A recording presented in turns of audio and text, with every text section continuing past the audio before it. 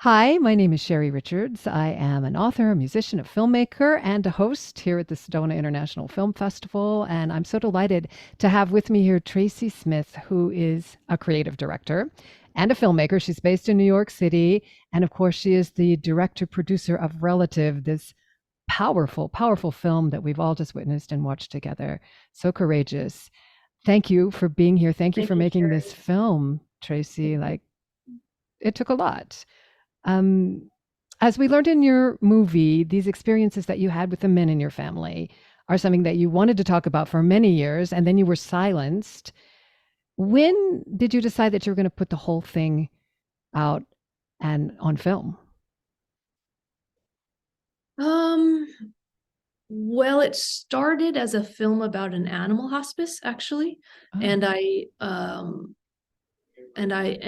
was making that film, and that sort of fell apart at one point when I was in therapy and looking at why I was trying to save. It was an animal hospice with abused and neglected animals. mm, And in therapy, we were looking at why I was so obsessed with saving these animals. And I realized that I was like, they weren't protected, and I was sort of identifying with them, trying to protect them, but mm.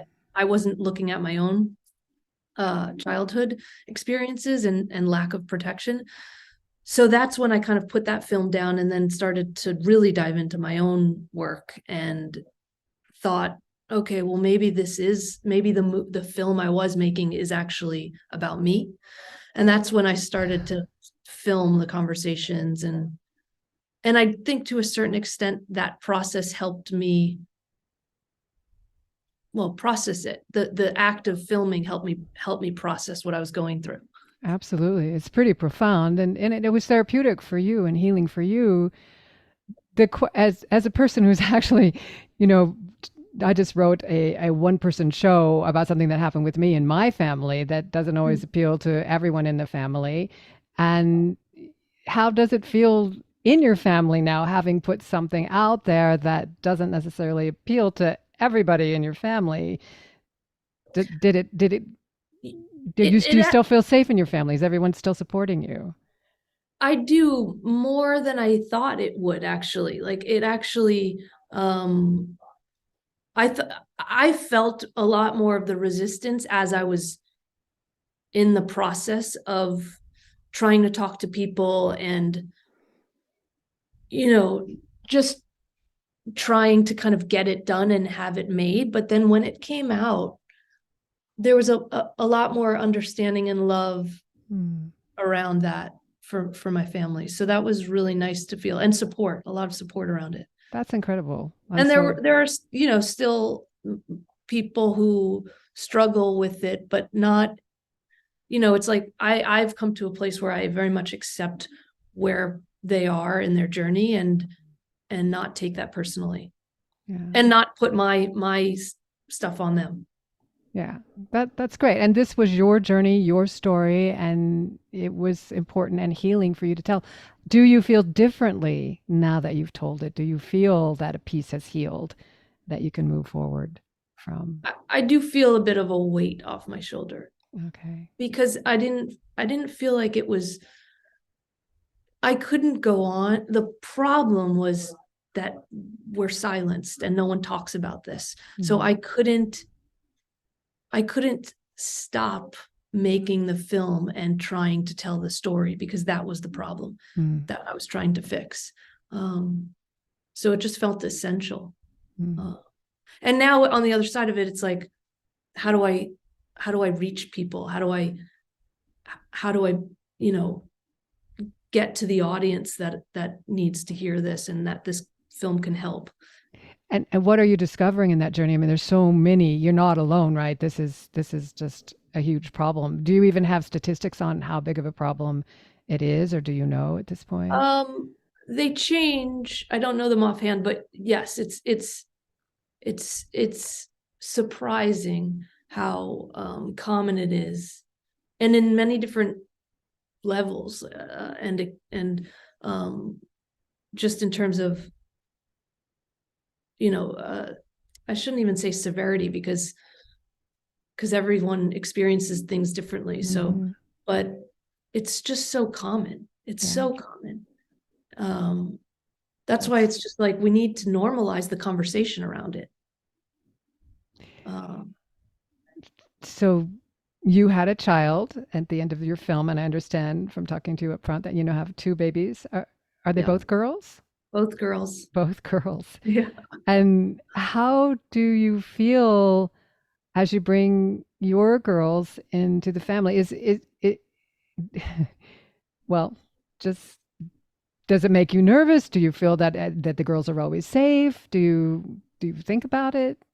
I think about it a lot often, but I try to, I mean, they're only one's 3 years old and one's 10 months old. So there's, Okay. not a lot of room for teaching at this Yeah, time, at right. this stage, but I, I'm finding that I am kind of finding my own voice through them and just kind of navigating the lack of boundaries sometimes that people can have in my family. And, Mm. it's a big Italian family and Mhm. so there's navigating just having agency Mm. and like allowing my daughters to say they maybe don't want to kiss goodbye, they just want to wave, and giving them the choice, Mm. I think is really important. I don't think, and that wasn't given to me, so I'm Mhm. trying to give that to them. Beautiful. How about the male relatives in your family? Have they seen the film? It seemed like the one that was kind of willing to participate wasn't willing to have his, face shown. And what kind of Yeah. response are you having there? um some of the men, some of the women don't want their husbands to see it, some of the older generations, Mm. that and some of them are very supportive of the women who wanted to be in it. It varies. It varies. And even the man you're talking about, one of my relatives who did agree to be in it, he's in his own process of healing, and actually, interestingly, wanted to remain anonymous, but very much so wanted to help as much as he could Mhm. because he has had his own experiences, um, and is healing from them as from the perpetrator side. So he is actually, really looking at his own path, and I think wanting to help in any way that he can. And so he has language and, just more insight into the processing side of that. So yeah, there's different levels of involvement from the men, but for the most part, it's everyone's understanding Mhm. Mhm. to the best of their capacity and ability. Yeah. Let's talk about the process of making the movie a little bit. So, how long did you shoot? I started that the animal hospice in 2009, and then I think I probably put it down. I had moments of going dark. I think I picked back up in 2011, and on and off went, because it was difficult to, once I realized what the film was about, it was difficult to actually make that film. But so on and off for about roughly 11 years. Wow. A lot of the footage didn't make it in. Um, and then it was kind of, Some got pulled by the actual people, as you mentioned in the yeah, film. some footage got pulled, and then, and it at first it was gonna I was gonna weave the stories together because I did a bunch of shooting at the animal hospice because it was an interesting, like, Mm. kind of crash of my family and crash of this idyllic animal hospice that actually ended up getting shut down. So there was some really interesting parallels. But then my producer Laura Poitras came on board, and she was like, once you get into your family story, no one cares about Mm. the animal story. It's just so different. Mhm. So, and it makes sense. It's so that's on the cutting room floor. Right. But it was what a beautiful thing that was able to reveal to you what was going on deeper in your own inner world Yeah, so that you it could. makes it really, what I'm fascinated by, what we are doing as human beings that might be covering up or in place of looking at the pain that we have Yeah, around something. our own actual inner healing. Yeah, that's a Yeah. big part of my world and what I like to focus on. So, Mm. what are you finding in terms of finding the audience for your film and using it as a teaching tool to help others and other families? I'm kind of networking as much as I can and talking to different groups. Uh, Educational distribution is what I'm interested in, but it's hard. I don't, I've been having distribution conversations, but it's hard. I don't want it to sort of get lost. I don't want to sell and then have this film just kind of fall off the radar. So a lot of self promotion and really just connections and finding ways to get it out there and into the hands of the right people Mm-hmm, and mm-hmm. have the right supporters. Yeah. Well, it's definitely a very powerful film that will impact a lot of people. And, it's difficult when you go into your pain. It's like a lot of times people just don't want to go there. Like, you saw that in your own family. People just don't want to go there. Yeah. But it is what brings the healing. It is what allows you to be fully who you are when you're able to resolve that inner trauma, right? And so I 100%. really honor you for being willing to do it, even though other people don't want to join you often, right? It's just not their Right. thing. Well, but it really does deepen our connections. Like I think I'm living a more whole life because of it. But it's hard to sell someone on watching a film like this because it's hard to position it because it seems like it's dark and depressing if you just think about the topic, but it's about love and family and complications, but And there's such healing. nuance and beauty in there, you know? Exactly. Exactly. And the journey of a little girl who wants to be heard Mm, about something painful that happened to her that people were unwilling to be with, right? So then you have to carry it yourself for yeah, all those years until yeah. you can finally free yourself from it. That Mm, that's what I saw in the yeah. process. Does that ring with you also? Yeah, it does. In fact, I remember going over the footage and the stories around the experience and sitting with Laura and Yoni, another one of our producers. And Laura was like, there's just so much gaslighting. And I never really saw it that way, but that's really what it is. And it sort of makes you question yourself. It's like, what is real? You know? Mm-hmm. Um, Yeah. Laura's a pretty amazing producer. yeah. How did she come into the film with you? My wife actually teaches yoga and meditation, and Laura is a pretty diehard student of hers. So I met her at a yoga studio, and she asked to look at the footage, and then she was really inspired by the story and Yeah. just helped me find the right editors and support. Can you Yeah. share some of the other things she's done?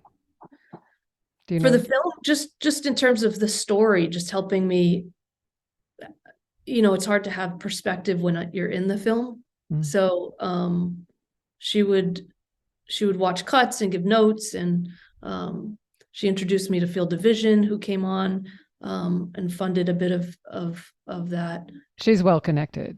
Yeah, yeah. So that helped a Hmm. lot. Hmm. Um, When did you find out that big treasure trove of home movies that your oh nana yeah, had? That had to I really make was, a difference in the film. you know, I didn't even realize how important that was.